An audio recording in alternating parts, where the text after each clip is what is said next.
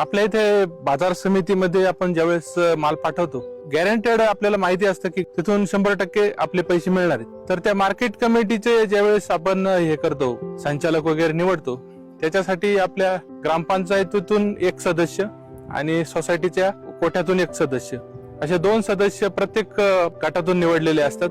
त्याच्यानंतर आपण ज्यावेळेस मार्केटला माल पाठवतो, तर त्यावेळेस तिथे आधी मालाची तोलाई करण्यासाठी मापाडी त्या ठिकाणी आम्हाला वजन करून घेण्यासाठी असतात. त्यांच्या थ्रू तिथे माल ज्यावेळेस उतरवला जातो, त्याच्यानंतर त्याचे दलालांमार्फत त्याची आधी लिलाव केला जातो. शेतकऱ्यांना वैयक्तिक एकदा मार्केटमध्ये माल गेल्यानंतर त्याचा अधिकार नसतो. ते मार्केट कमिटीच्या दलाल वगैरे काय असतील ते जे बाजार देतात त्या पद्धतीनेच आपल्याला त्या ठिकाणी मालाला बाजार मिळतो. ज्या वेळेस आपण तिथं बाजारात माल खाली करतो, त्याचे जे पट्टे वगैरे येतात, तर मार्केट कमिटीची गॅरंटी असते की बाबा ह्या मालाला इतका बाजार मिळालेला आहे आणि एक सिक्युरिटी असते की बाबा हे पैसे आपल्याला गॅरंटीड मिळणार. त्याच्यामुळं माझं असं म्हणणं आहे, शेतकऱ्यांनी इकडे जागेवर माल देण्यापेक्षा मार्केट कमिटीला कधी पण माल नेलेला चांगला राहतो.